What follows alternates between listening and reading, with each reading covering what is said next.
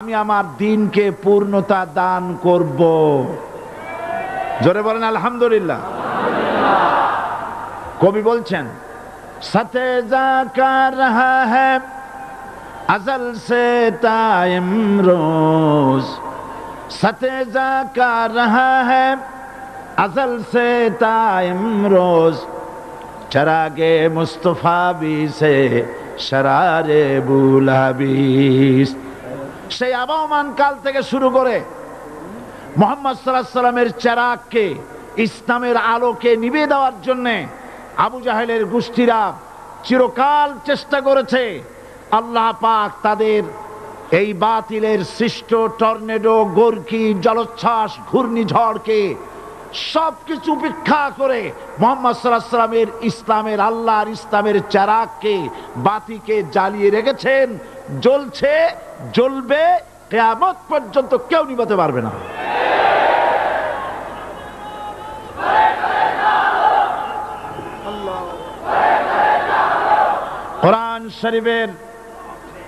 কোরআন শরীফের তাফসীর শুরু করার আগে প্রতিদিনের মতো সাংবাদিকদের জন্য কিছু কথা বলতে হয়, কারণ সময় মতো তারা খবর পৌঁছতে না পারলে, আপনারা এখানে লক্ষ লক্ষ আছেন মানুষ, কিন্তু সারা জাতি জানতে পারবে না এখানে কি হচ্ছে।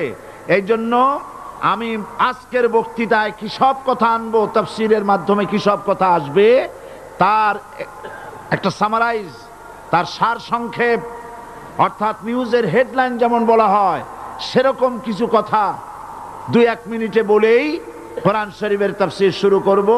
বেমাশিয়াতিল্লাহ, বিইজনিল্লাহ, বেফাদলিল্লাহ। সেই কথাগুলি হচ্ছে এই পৃথিবীতে নবী রাসূলগণের আগমন ঘটেছিল, উদ্দেশ্য ছিল এই আল্লাহর জমিনে আল্লাহর মানুষের উপরে আল্লাহর বিধান কায়েম করা। এটাই ছিল নবীদের আগমনের উদ্দেশ্য।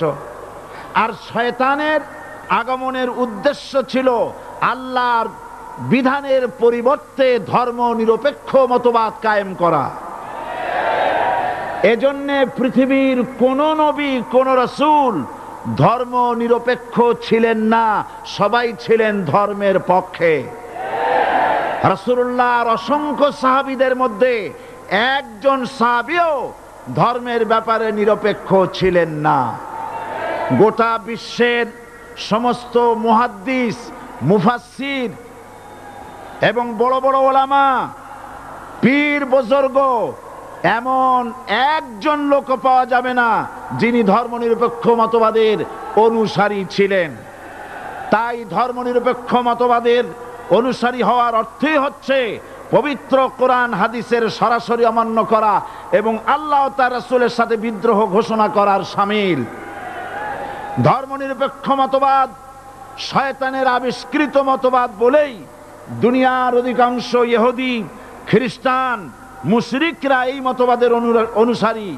ইসলাম সম্পর্কে অনভিজ্ঞ পৃথিবীর কিছু কিছু মুসলিম দেশের কিছু কিছু নামধারী মুসলমান ধর্মনিরপেক্ষ মতবাদের ষড়যন্ত্রে পা দিয়েছে। আল্লাহ তাদেরকে রক্ষা করুন। আমরা বলি আমিন, সবাই বলি আমিন। বিশ্বের সমস্ত বিধানগুলোতে সেকুলারিজম, ধর্মনিরপেক্ষ মতবাদের অর্থ করা হয়েছে ধর্মহীনতা এবং ধর্ম বিরোধিতা। এর বাস্তব দৃষ্টান্ত আমরা দেখতে পাই বর্তমান যে সরকার আছে, তাই সেই সরকারের আমলের ভিতরে আমরা এই জিনিসটা দেখতে পাই। সত্য কিনা বলেন? সত্য কিনা বলুন? এই দলটির নাম ছিল আওয়ামী মুসলিম লীগ। এই দলটির নাম ছিল কি? আওয়ামী মুসলিম লীগ। তখন তারা নারায়ে তাকবীর, আল্লাহু আকবার ধ্বনি দিত, স্লোগান দিত, কিন্তু ধর্মনিরপেক্ষ মতবাদ দলীয় আদর্শ হিসাবে গ্রহণ করার কারণে নারায়ে তাকবীর, আল্লাহু আকবার এই স্লোগান তারা বর্জন করেছে। 1972 সনে যখন তারা ক্ষমতায় এলেন, তখন সংবিধানের শিরোনামে মুসলিম প্রথা সিদ্ধ বিসমিল্লাহির রহমানির রহিম তারা পরিত্যাগ করেছিল। সমস্ত বিশ্ববিদ্যালয়ের মনোগ্রাম থেকে ইকরা বিসমি রাব্বিকাল্লাযী খালাক রব্বি জিদনি ইলমা, এটাকে তারা বাদ দিয়েছিল।